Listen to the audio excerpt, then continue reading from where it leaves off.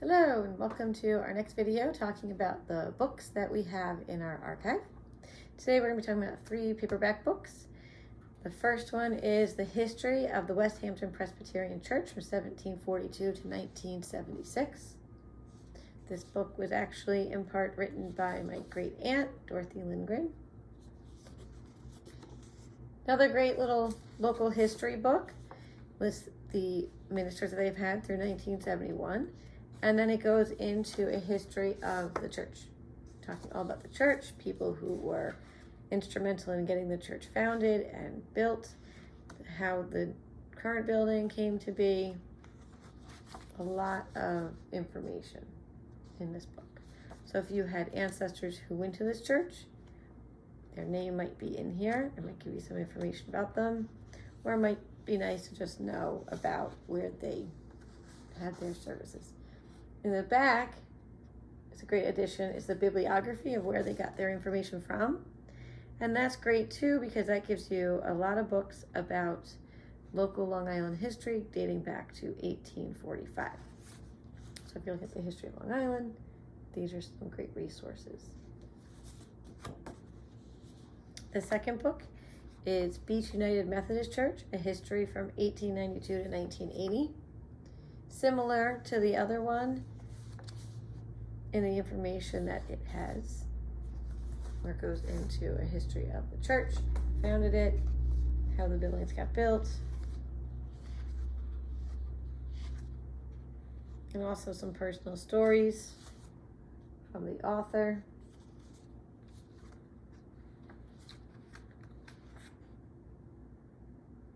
What I'm guessing is Phoebe Havens Tuttle, although I don't think it specifically says, because Phoebe's listed as the historian on page 1 of the church. So I'm guessing that should I hand and do putting this together. This one is great also because in addition to all the information about the church, it gives you the original 24 members of who founded the church. It also gives you the chronological listing of the ministers of the church.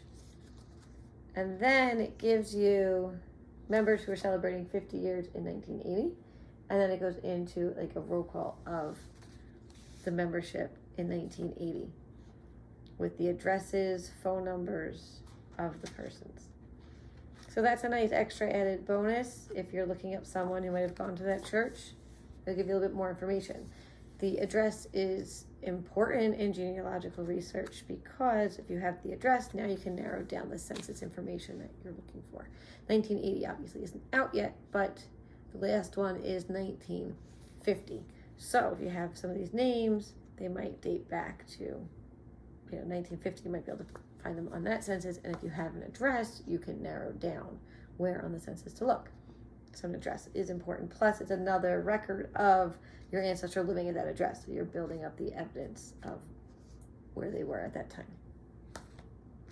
The third one to talk about in this video is Quogue, 1659 to 1984, the 325th anniversary of the purchase of its land from the Shinnecock Indians by Russell Vale Carman, who is the Quogue Village Historian Emeritus. Another small paperback book full of lots of information. This one has a timeline. It's a little bit of the history. It does have a map of the Quogue purchase. And then it goes into the back. Oh, it has a chronological list of events in Quogue from 1659 to 1984. Important events in the town of Quogue's history.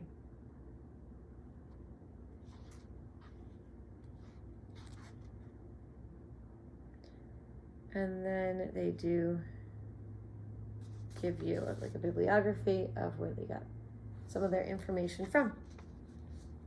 So another great little resource lists the mayors of Quogue from 1928.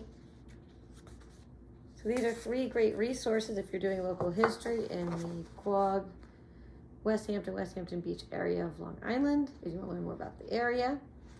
or if you have people who lived in the area and you want to learn more about what their lives were like, or if you are looking for a specific relative and you're trying to like figure out what church they might have gone to or narrow it down, they might be listed in there.